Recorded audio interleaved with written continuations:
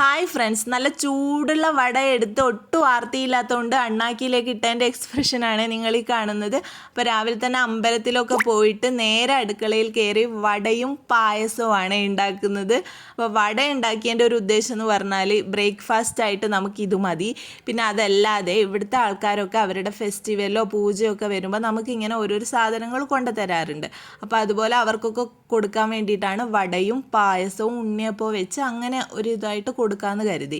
അപ്പോൾ അത് അധികം ലേറ്റ് ആക്കണ്ടെന്ന് വിചാരിച്ചിട്ടാണ് ഫസ്റ്റ് ഈ പരിപാടിയൊക്കെ ചെയ്യുന്നത്. അപ്പോൾ ഞാൻ അതിൽ നിന്ന് ഒരു വട എടുത്ത് കഴിച്ചു നോക്കുകയാണ്. ഫസ്റ്റ് കടിച്ചപ്പോൾ അത്ര ചൂടൊന്നും ഉണ്ടായില്ലേ, ഉള്ളോട്ട് കടിച്ചപ്പോഴാണ് നല്ല ചൂടുണ്ടായിരുന്നു.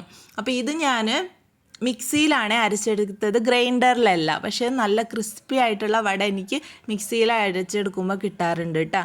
അപ്പോൾ പിന്നെ പണിയൊക്കെ കഴിഞ്ഞ് ഫുഡൊക്കെ കഴിഞ്ഞ് ഒരു സിനിമയൊക്കെ കണ്ട് വൈകുന്നേരം ആയപ്പോൾ ഞാൻ കരുതി ഈ വടയും പായസവും ഒന്ന് കഴിച്ചു നോക്കിയാലോ, കോമ്പിനേഷൻ എങ്ങനെയുണ്ട് നോക്കാം. ഞാൻ ഇതുവരെ ആരും കഴിച്ചതായും കേട്ടിട്ടില്ല, ഞാൻ ഇതുവരെ ഇതിൻ്റെ ടേസ്റ്റ് ഒട്ടും നോക്കിയിട്ടില്ല. ടേസ്റ്റ് എന്ന് പറയുമ്പോൾ അത്ര മോശമെന്ന് നമുക്ക് പറയാൻ പറ്റില്ല. ഈ പായസത്തിൻ്റെ മധുരവും അതേപോലെ തന്നെ ഈ വടയുടെ ആ ഒരു ഉപ്പ് ടേസ്റ്റൊക്കെ കൂടുമ്പോൾ ഒരു ടേസ്റ്റ് കുഴപ്പമില്ല. പിന്നെ അത് കഴിഞ്ഞ് ഒരു കട്ടൻ ചായ കുടിച്ച്. പിന്നെ എനക്കാണെങ്കിൽ ഇതുപോലെ പായസം ഫ്രിഡ്ജിൽ വെച്ച് കഴിക്കാനായിട്ട് ഇഷ്ടമാണ്.